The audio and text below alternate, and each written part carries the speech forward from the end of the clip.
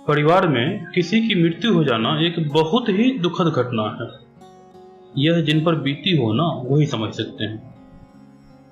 जब किसी की मृत्यु होती है तो उस समय यह समझिए कि जो सबसे ज्यादा नकारात्मक शक्तियां हैं वो आपके घर में आती हैं। सबसे ज्यादा नकारात्मक कौन है? यमराज। जहां ब्रह्मा प्रारंभ है वहीं यमराज अंत है। तो आपके घर में यमदूतों का आवागमन होता है उस समय, तो वे अपना प्रभाव छोड़ जाते हैं। किसी की मृत्यु उस घर की पूरी पॉजिटिव एनर्जी खींच लेती है। ये मैं कोई किताबों में लिखी बातें नहीं बतला रहा हूँ, यह बातें मैं अनुभव से बतला रहा हूँ, जो बातें मैंने देखी हैं। किसी के गुजरने के बाद परिवार के सदस्यों के साथ कुछ एक समस्याएं शुरू होती हैं, जैसे बार बार मृतक व्यक्ति का सपने में आना, बीमारियां होना, घर में धनहानि शुरू हो जानी, लोगों का डिप्रेशन में जाना। और यह खास करके उनके साथ होता है जो उस घर में रह रहे हों या मृत्यु के समय उस घर में हों, उनके साथ यह सब समस्याएं आती हैं। इनकी वजह क्या है? एक वजह जो मैंने आपको बताया कि उस समय सारी ऊर्जा जो आसपास जितनी पॉजिटिव एनर्जी है ना, उस सब की सब खींच जाती है। आपने कई सारे तांत्रिकों से सुना होगा कि वे कहते हैं कि कोई भी ताबीज जंतर वगैरह जो होता है ना, वो किसी भी मृतात्मा के देह में सटनी नहीं चाहिए, क्योंकि जैसे ही कुछ भी पॉजिटिव एनर्जी वहां जाएगा ना वो सब सोख लेगा। इसे ऐसे समझिए ना कि वो बिल्कुल अर्थ है, ग्राउंड है। जितनी बिजली है संसार की, सब की सब यदि जमीन में डालेंगे तो बिजली सारी सोख ली जाएगी और जमीन पर कोई फर्क नहीं पड़ेगा। यही बात मृतदेह के साथ भी है। कई सारी संस्कृतियों में लोग कहते भी हैं ना कि देह तो मिट्टी हो गई, यानी जो सब कुछ खींच ले। तो करना क्या है कि जब भी किसी की मृत्यु हो तो मृत्यु के बाद यह ध्यान दें कि कैसे घर में वापस सकारात्मक ऊर्जा भरेगी। आपके छत की टंकी खाली हो जाती है तो क्या करते थे? खाली छोड़ देते हैं? नहीं ना, टंकी में वापस पानी भरते हैं। ऐसा है ऊर्जा का भी खेल है। आपके घर की ऊर्जा खाली हो गई हो, उसे वापस भरना होगा। ऊर्जा को वापस घर में लाने से पहले, जैसे हम टंकी में पानी डालने से पहले देखते हैं ना कहीं कोई नल तो खुला नहीं है, टंकी में कहीं कोई छेद नहीं है, तो वह भी हमें देखना होगा। ये सब छेद क्या होते हैं? मोटा मोटी कहें तो हर वह काम जिससे आप मृत व्यक्ति को याद करते हैं वह वे छेद हैं। उदाहरण के तौर पर आपने घर में उनकी फोटो लगा रखी है। इससे क्या होता है? जब जब आप देखते हैं आपको उनकी याद आती है। याद आती है, उन्हें खिंचाव महसूस होता है, और यदि वे सक्षम हुए तो आ भी जाएंगे। घर में उनकी पूजा होती है। पूजा पता है हम क्यों करते हैं? पूजा हम करते हैं किसी की शक्ति बढ़ाने के लिए। ठीक है कि अपने जीवन काल में वे आपके परम हितैषी रहे हों, लेकिन मृत्यु के कुछ काल तक प्रेत योनि में रहते हैं। यदि उनका पुनर्जन्म ना हुआ हो तो वे प्रेत योनि में बने रहेंगे, और यदि पुनर्जन्म हो भी गया हो तो किसी और देह में रहेंगे। तो आप पूजा करके उनका आह्वान करते हैं, उनकी शक्ति बढ़ाते हैं। आप सोचिए कि प्रेतों का आप आह्वान कर रहे हैं। यह बात आपको बुरी लग सकती है, लेकिन सच्चाई तो यही है। प्रेतों से पितर बनने में समय लगता है, 1-2 दिन नहीं, सालों, कई बार जन्मों बीत जाते हैं। तो जब आप घर में प्रेत की पूजा कर रहे हैं तो आपके घर में प्रेतों की शक्ति बढ़ेगी। आप एक बात बताइए, यदि आप महादेव की पूजा करते हैं और यह मनाते हैं कि महादेव आपके घर आए, तो क्या महादेव अकेले आएंगे? नहीं ना, उनके गण भी तो साथ आएंगे ना। ऐसे ही जब आप प्रेत की पूजा करते हैं तो क्या वो प्रेत अकेला आएगा? नहीं ना, और भी प्रेत साथ आएंगे। और जरूरी है कि बाकी जो प्रेत आएंगे वो आपके हितैषी ही होंगे। और क्या यह भी जरूरी है कि जो आपके परिवार के सदस्य जो गुजरे हैं वो अब भी आपके हितैषी होंगे? चलिए मान लिया कि वे आपके हितैषी हैं, लेकिन क्या उनकी ऊर्जा आपकी हितैषी है? नहीं। जैसा मैंने आपको पहले बताया कि उनमें नकारात्मक ऊर्जा भरी हुई है, वे आपके हितैषी नहीं है। ऊर्जा आपकी कम से कम हितैषी नहीं है। यदि उनकी आत्मा में यह बात हो कि वो आपका हित चाहती हैं तो अलग बात है, लेकिन आत्मा में हित होते हुए भी उनका होना आपके हित में नहीं है। आपके घर में जो पॉजिटिव एनर्जी जमा हो रही है ना, वो सारी खींच जाएगी। समझिए कि टंकी का छेद हो गया, सारा पानी निकल रहा है, ऊपर से पानी डालते रहिए, कुछ नहीं होगा। उसको बंद करना है। कैसे बंद करेंगे? तो घर में उनकी पूजा मत करिए, फोटो मत लगाइए, और जो चीजें आपको उनकी याद दिलाती हैं, उनके कपड़े याद ना भी दिलाएं तो कपड़ों में उनकी ऊर्जा होती है ना। आप किसी व्यक्ति कपड़ा लेके पहन लीजिए तो आपको थोड़ा सा अटपटा लगता है, लेकिन आप कोई नया वस्त्र पहनते हैं आपको अटपटा नहीं लगता है। अपने वस्त्र पहनते हैं तो अटपटा नहीं लगता है, दूसरों के वस्त्र आपको अटपटे लगते हैं ना, कभी गौर कीजिएगा।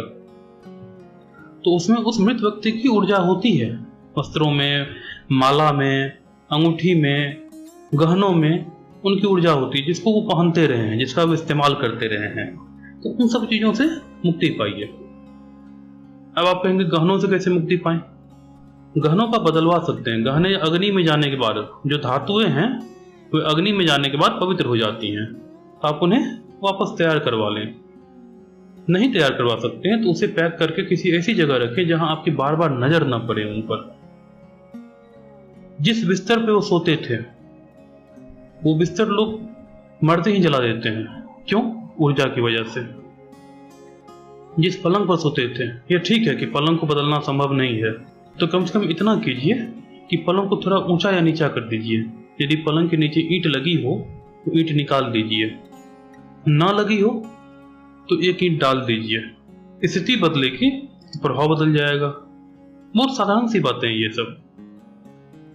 उनके बारे में बातें मत कीजिए, जितना संभव हो बातों से परहेज कीजिए। जब आप बात कर रहे होते हैं तो आप उनका आह्वान कर रहे होते हैं, आप उनको याद कर रहे होते हैं। आपके मन में आता है ओह नहीं जाना था, और साथ में आपके मन में आता था काश वो यहीं होते, और उनका आह्वान हो जाता है। और जैसा मैंने कहा, वो आए या ना आए, उनके साथ दूसरे जरूर चले आएंगे। अच्छा, आपको प्लेन चिट के बारे में पता है? प्लेन चिट क्या होता है? प्लेन चिट अंग्रेजी लोग इस्तेमाल करते हैं आत्माओं को बुलाने के लिए। उसमें कोई मंत्र नहीं होता है, कोई मंत्र नहीं, कोई तंत्र नहीं। एक सादा कागज होता है, उस कागज पर सारे अक्षर लिखे होते हैं, अंक बने होते हैं, हाँ नहीं लिखा होता है, और इसी तरह कुछ बातें जो आप जानना चाहते हैं, कुछ ऐसे सवालों के जवाब जो कॉमन है, हाँ नहीं, पता नहीं, इस तरह से, और पूरी की पूरी वर्णमाला। वे क्या करते हैं कि उस पर एक सिक्का रखते हैं, 3-4 लोग बैठते हैं और आत्मा का आह्वान करते हैं कि हे फलाने की आत्मा यहाँ आ जाओ। और जैसे ही आत्मा आती है ना, सिक्का नाचने लगता है, और सिक्का जो है घूम घूम कर अलग अलग अक्षरों पर जाता है और उत्तर देता है। तो यहाँ कोई मंत्र तो काम नहीं कर रहा था। क्या काम कर रहा था? सिर्फ भावना। और मंत्र भी क्या है? मंत्र भी वास्तव में भावना है। जिन मंत्रों की भावना से अपरिचित नहीं, उनके अर्थ से अपरिचित नहीं, वे मंत्र आप कभी सिद्ध नहीं कर सकते। वही बात होती है। तो भावना सर्वोपरि है। इसी तरह जब आप उनको याद करते हैं, उनकी तस्वीर देखते हैं, उनके बारे में बातें करते हैं, तो जाने अनजाने आप भावना डालते हैं कि वे आए। आपने कभी किसी घर में बिल्ली का दरवाजा देखा है? लोग क्या करते हैं, अंग्रेज लोग खास करते हैं ये चीज, बड़े दरवाजे में एक छोटा सा दरवाजा नीचे बनाते हैं। उस दरवाजे से क्या होता है कि उनकी पालतू बिल्ली आती है। स्टुअर्ट लिटिल मूवी देखिएगा, उस मूवी में आपको वो दरवाजा मिल जाएगा। क्या उस दरवाजे से केवल पालतू बिल्ली आती है? नहीं, आवारा बिल्ली भी आ सकती है। ठीक इसी तरह आत्माओं का भी खेल है। जब प्लेन चिट पर आत्माएं बुलाई जाती हैं तो जरूरी नहीं कि आप जिन्हें बुला रहे हैं वही आए, कोई और भी आती हैं। अक्सर ऐसा होता है, यह कई बार का अनुभव है, जिन्हें बुलाया गया वो नहीं आए। यह बात घर में भी होगी। तो इसलिए हर उस काम से बचें जो उस मृतात्मा का आह्वान करे। यह तो बात हो गई कैसे आपको जो ऊर्जा की टंकी है उसके छेदों को बंद करना है। अब बात है कि ऊर्जा कैसे भरी जाए, पॉजिटिव एनर्जी घर में कैसे जमा हो। बात तो यह भी है। देखिए, आपको अपने घर में वह काम करने हैं जिनसे कि पॉजिटिव ऊर्जा बिल्डअप हो। कैसे करेंगे? क्या क्या काम होंगे? सबसे पहला काम, घर में सुबह शाम पूजा करिए। पूजा यदि आप विधिवत ना भी कर सकें, क्योंकि कई सारे परिवारों में होता है कि मृत्यु के 1 साल बाद तक पूजा नहीं होती है। यदि आप विधिवत पूजा ना भी कर सकें तो घर में धूप और कपूर, ये 2 चीजें जरूर सुबह शाम जलाएं। भगवान का भजन करें। किसी की मृत्यु के बाद तुरंत ही सत्यनारायण भगवान की पूजा होती है, वास्तु शांति होती है। ये सब चीजें तो करवाएं ही करवाएं, वास्तु शांति और सत्यनारायण पूजा। इसके बाद भी रेगुलर पूजा करते रहें, नित्य पूजा करें।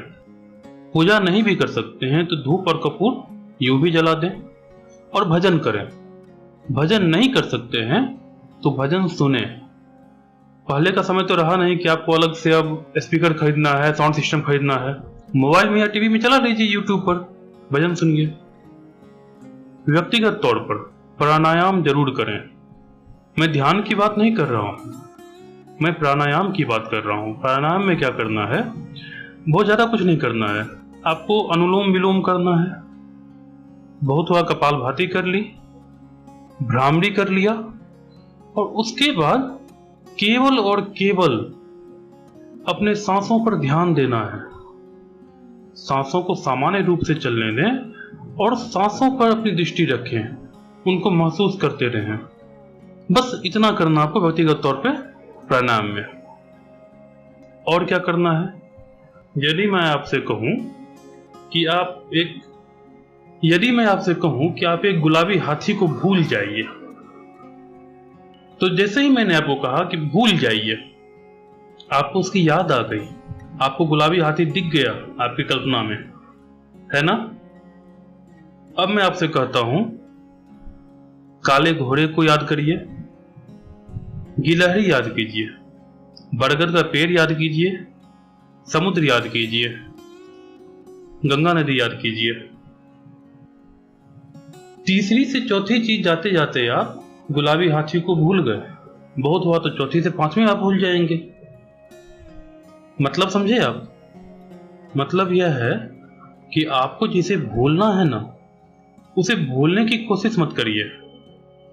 आप अपना मन उन जगहों पर लगाइए जो आपको अच्छी लगती हैं, जो आपको पसंद आती हो, वहां अपना माथा लगाइए। अपने काम पर ध्यान दीजिए और खूब ध्यान दीजिए, इतना ध्यान दीजिए कि सब भूल जाएं। अच्छा, अब कुछ लोग कहेंगे कि नहीं भाई, हम तो पूजा करेंगे ही, हम तो उनको बहुत मानते थे। क्या आप सच में उनको मानते थे?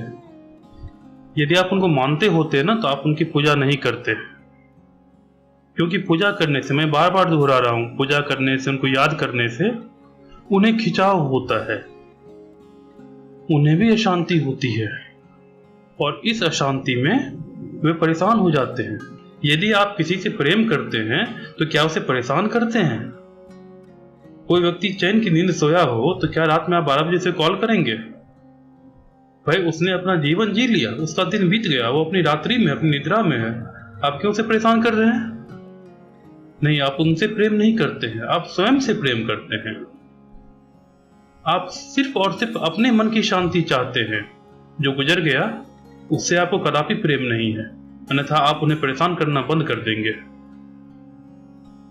हमेशा यह ध्यान रखिए। तो जब भी ऐसा हो, जब भी घर में किसी की मृत्यु हो जाए ना, तो उन्हें भूलने की कोशिश करिए। दुनिया उनसे नहीं चलती है जो गुजर गए, दुनिया उनसे चल रही है जो बच गए, उन पर ध्यान दीजिए। सृष्टि का यही नियम है। यह यक्ष का प्रश्न भी है, ऋषि का यही उत्तर था ना, कि संसार में हर रोज हजारों लोग मरते हैं, लेकिन हर कोई यही समझता है कि वह हमेशा जीवित रहेगा। लेकिन सत्य तो यह नहीं है। हर व्यक्ति को एक न एक दिन जाना है, कोई पहले जाएगा, कोई बाद में जाएगा। मृत्यु जीवन का अंतिम सत्य है, एकमात्र सत्य नहीं, परंतु अंतिम सत्य मृत्यु ही है। जिस दिन आपकी मृत्यु हो जाती है ना, आपका जीवन उस दिन पूर्ण हो जाता है। और यदि अपूर्ण रह गया, आपको फिर से जीवन जीने के लिए और फिर से मृत होने के लिए आना पड़ता है। लेकिन हम चाहे कितनी भी बार इस धरा पर जन्म ले लें, हमारी मृत्यु तो होगी ही होगी। यह एक अटल सत्य है, अकाट सत्य है। ईश्वर ने भी अमरता का वरदान किसी को नहीं दिया। दिया भी तो क्या दिया? कल्पांत तक जीवित रहने का, लेकिन अमर नहीं किया किसी को भी। स्वयं महावीर हनुमान भी कल्पांत तक जीवित रहेंगे, अमर नहीं रहेंगे। तो मृत्यु अंतिम सत्य है, उसे स्वीकार कीजिए और उनके लिए जीना सीखिए जो जीवित हैं। जो आपके परिवार से गुजर गए, यदि जीवित अवस्था में वे रहते और देखते कि आपने खुद को इस तरह से बर्बाद करना शुरू कर दिया है, तो क्या वे खुश होते? नहीं ना। तो बस यही समझिए ना कि मृत्यु के बाद भी क्या खुश होंगे। जो आपका असली शुभचिंतक है ना, वो चाहेगा कि आप अपनी उन्नति पर ध्यान दें, और यही सही है। तो चलिए हम फिर अगली वीडियो में आपसे मिलते हैं। आप हमारे चैनल को लाइक, सब्सक्राइब और शेयर जरूर करें।